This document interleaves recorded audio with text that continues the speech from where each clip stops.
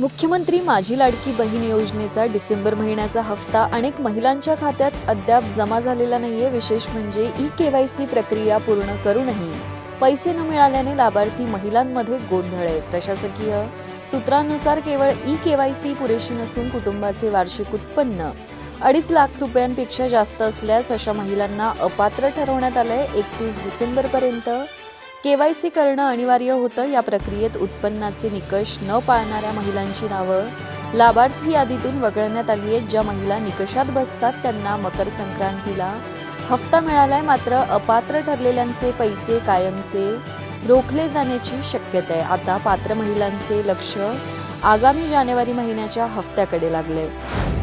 राज्यातील 29 महानगरपालिकांमधील महापौर पदाच्या आरक्षणासंदर्भात महत्त्वाची हालचाल सुरू झाली आहे। या विषयावर तोडगा काढण्यासाठी आणि आरक्षण ठरवण्यासाठी नगरविकास विभागाकडून उच्चस्तरीय बैठक बोलवण्यात आली होती। महाराष्ट्र शासनाच्या नगरविकास विभागाने याबाबत अधिकृत पत्रक जारी केलं असून ही बैठक 22 जानेवारी 2026 रोजी सकाळी 11 वाजता मंत्रालयात होणार आहे। या बैठकीचे अध्यक्षस्थान राज्याचे नगरविकास मंत्री भूषवतील।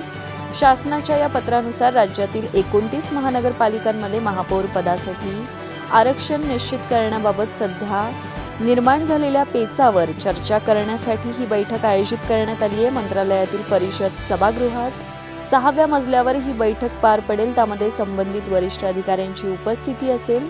महापौर पदाचे आरक्षण हे स्थानिक स्वराज्य संस्थांच्या सत्ता स्थापनेसाठी अत्यंत महत्त्वाचं मानलं जातंय। त्यामुळे या बैठकीत आरक्षण सोडत काय निघते याकडे राज्याचं लक्ष लागलंय। मुंबई महापालिका निवडणुकीत सत्ताधारी भाजप आणि शिंदे गटाला स्पष्ट बहुमत मिळालंय, पण महापौर कोणत्या पक्षाचा होणार या मुद्द्यावरून दोन्ही पक्षात जोरदार रस्सीखेच सुरू आहे। त्यातच आता मुख्यमंत्री देवेंद्र फडणवीस यांनी या प्रकरणी उपमुख्यमंत्री एकनाथ शिंदे यांच्याशी फोनवरून संवाद साधल्याची माहिती समोर आली आहे। त्यामुळे फडणवीस दाओस दौऱ्यावरून परतल्यानंतर मुंबईच्या महापौर पदाचा तिढा सुटणार असल्याचं स्पष्ट झालंय। मुंबई महापालिकेत भाजपला सर्वाधिक एकूण 90 जागा मिळाल्या, तर शिंदे गटाला 29, ठाकरे गटाला 65, तर काँग्रेस आणि मनसेला अनुक्रमे 24 आणि 6 जागांवर समाधान मानावं लागलं। भाजपला आपल्या मदतीशिवाय महापौर बनवणं अशक्य असल्याचं लक्षात येताच शिंदेंनी आपल्या नगरसेवकांना मुंबईतील पंचतारांकित हॉटेलात हलवले। त्यानंतर त्यांनी भाजप पुढे 2.5 वर्षाच्या महापौर पदाचा प्रस्ताव ठेवून दबाव टाकण्याचा प्रयत्न सुरू केलाय। शिंदेंच्या या डावपेचामुळे मुंबईचा महापौर कोण होणार हा प्रश्न कळीचा बनलाय। या पार्श्वभूमीवर सूत्रांनी देवेंद्र फडणवीस यांनी एकनाथ शिंदेंशी फोनवरून संवाद साधल्याचा दावा केलाय। जिल्हा परिषदेच्या निवडणुकीत दोन्ही राष्ट्रवादीची युती होण्याची शक्यता असताना शरद पवार गटाचे आमदार उत्तम जानकर यांनी युतीसाठी अजित पवारांपुढे सत्तेतून बाहेर पडण्याची अट ठेवली आहे। यामुळे दोन्ही पक्षांच्या संभाव्य युतीत मिठाचा खडा पडल्याची चर्चा सुरू झाली आहे। पुणे महापालिकेच्या निवडणुकीत शरद पवार आणि अजित पवारांच्या नेतृत्वातील राष्ट्रवादी काँग्रेसची युती झाली होती, पण त्यानंतरही त्यांचा दारुण पराभव झाला होता। आता पवार कुटुंब जिल्हा परिषद आणि पंचायत समितीच्या निवडणुकीतही एकत्र येण्याची शक्यता आहे। त्यासंबंधीची बोलणी त्यांच्या नेतृत्वात सुरू झाली आहे, पण शरद पवार गटाचे आमदार उत्तम जानकर यांनी अजित पवारांपुढे युतीसाठी महायुती सरकारमधून बाहेर पडण्याची अट ठेवल्यामुळे दोन्ही पक्षांची अडचण झाली आहे। उत्तम जानकर म्हणाले, महापालिका निवडणुकीनंतर जिल्हा परिषदेच्या निवडणुकीसाठी दोन्ही राष्ट्रवादी एकत्र येण्याची चर्चा आहे, पण मला याची कोणतीही कल्पना नाहीये। महाराष्ट्रातील सत्ता संघर्षाचा आणि 2 महत्त्वाच्या प्रादेशिक पक्षांच्या भवितव्याचा पेच आता सर्वोच्च न्यायालयात सुटण्याच्या मार्गावर आहे। शिवसेना पक्ष आणि धनुष्यबाण या निवडणूक चिन्हाबाबत येत्या बुधवारी 21 जानेवारीपासून अंतिम सुनावणीला सुरुवात होते। सरन्यायाधीश सूर्यकांत यांच्या नेतृत्वाखालील खंडपीठ सलग 2 दिवस या प्रकरणाचा युक्तिवाद ऐकून घेणार असून राज्याच्या राजकारणाला कलाटणी देणारा निकाल लवकरच जाहीर होण्याची चिन्हे आहेत। याशिवाय राष्ट्रवादी काँग्रेस पक्ष आणि घड्याळ चिन्हावर देखील सर्वोच्च न्यायालयात सुनावणी पार पडणार आहे। विद्यमान उपमुख्यमंत्री एकनाथ शिंदे यांनी 2022 मध्ये तत्कालीन शिवसेना पक्षप्रमुख उद्धव ठाकरे यांच्या विरोधात उघड बंड केला आणि आपल्या समर्थक आमदार आणि खासदारांच्या संख्याबळाच्या आधारावर शिवसेना पक्ष आणि चिन्हावर दावा सांगितला होता। त्यासंबंधीचा कायदेशीर लढा केंद्रीय निवडणूक आयोगापुढे झाला। त्यात आयोगानं संख्याबळाच्या आधारावर शिवसेना पक्ष आणि चिन्ह हे उद्धव ठाकरे यांच्याकडून काढून शिंदे यांच्या गटाला दिलं होतं.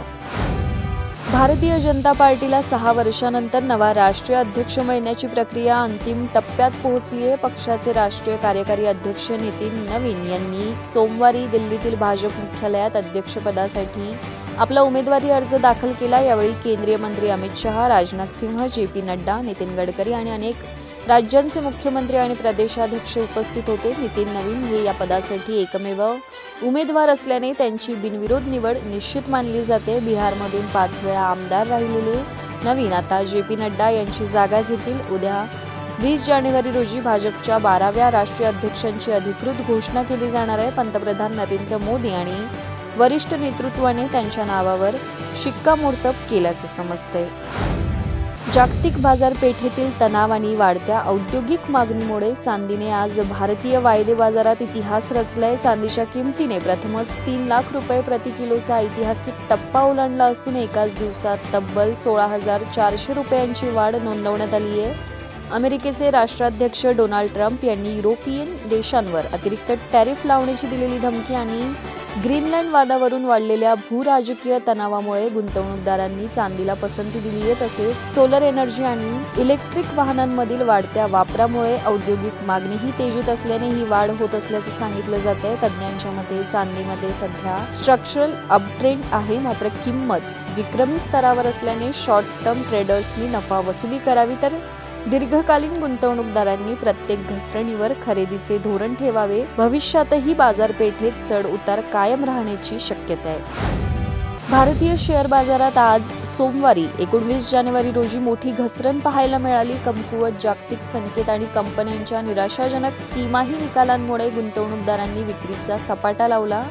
दिवस अखेर सेन्सेक्स 324 अंकांनी घसरून 83,246 वर, तर निफ्टी 109 अंकांनी घसरून 25,586च्या पातळीवर बंद झाला. या घसरणीमुळे गुंतवणूकदारांचे सुमारे 2.52 लाख कोटी रुपयांचे नुकसान झाले. अमेरिकेचे राष्ट्राध्यक्ष डोनाल्ड ट्रम्प यांच्या टॅरिफ विषयक विधानामुळे जागतिक बाजार अस्थिर झालाय. परदेशी संस्थागत गुंतवणूकदारांकडून सातत्याने होणारी मोठी विक्री होते.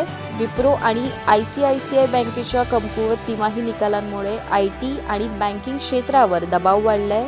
अशी या घसरणीमागे कारणं सांगितली जात आहेत. आज मिड कॅप आणि स्मॉल कॅप निर्देशांकातही मोठी पडझड झाली असून रिलायन्स आणि विप्रोचे शेअर्स सर्वाधिक घसरले आहेत.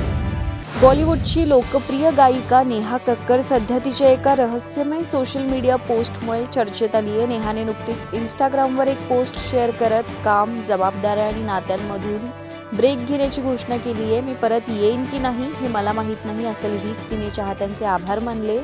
सोबतच तिने मीडिया आणि पापाराझींना आपल्या खासगी आयुष्याचा सन्मान करण्याची विनंती केली. मात्र ही पोस्ट काही मिनिटातच व्हायरल झाल्यानंतर नेहाने ती तातडीने डिलीट केली. नेहाच्या या कृतीमुळे सोशल मीडियावर उलटसुलट चर्चा सुरू झाल्या आहेत. अनेक नेटकऱ्यांनी याला पब्लिसिटी स्टंट किंवा आगामी गाण्याचं प्रमोशन म्हटलं, तर काहींनी तिच्या मानसिक आरोग्याबाबत चिंता व्यक्त केली. या गोंधळामुळे नेहा नक्की कोणत्या तणावाखाली आहे की हे केवळ लक्ष वेधण्याचं साधन आहे, असा प्रश्न चाहत्यांना पडलाय. भारतीय क्रिकेटपटू रिंकू सिंग 21 जानेवारीपासून सुरू होणाऱ्या न्यूझीलंड विरुद्धच्या T20 मालिकेपूर्वी मोठ्या कायदेशीर अडचणीत सापडल्या. रिंकूने अलीकडेच सोशल मीडियावर एक AI द्वारे तयार केलेले रील शेअर केले होते, ज्यामध्ये भगवान हनुमान, शिव, विष्णू आणि गणेश यांना कारमध्ये बसलेले आणि चष्मा घातलेले अशा आधुनिक अवतारात दाखवण्यात आले होते. या चित्रीकरणामुळे धार्मिक भावना दुखावल्याचा आरोप करत करणी सेनेने अलीगडमध्ये रिंकू विरोधात लेखी तक्रार दाखल केली आहे. देवांचा अशा प्रकारे वापर करणं अपमानजनक असल्याचं सांगत त्यांनी माफीची मागणी केली. दरम्यान मैदानात पुनरागमन करण्यापूर्वीच रिंकू अडचणीत सापडलाय.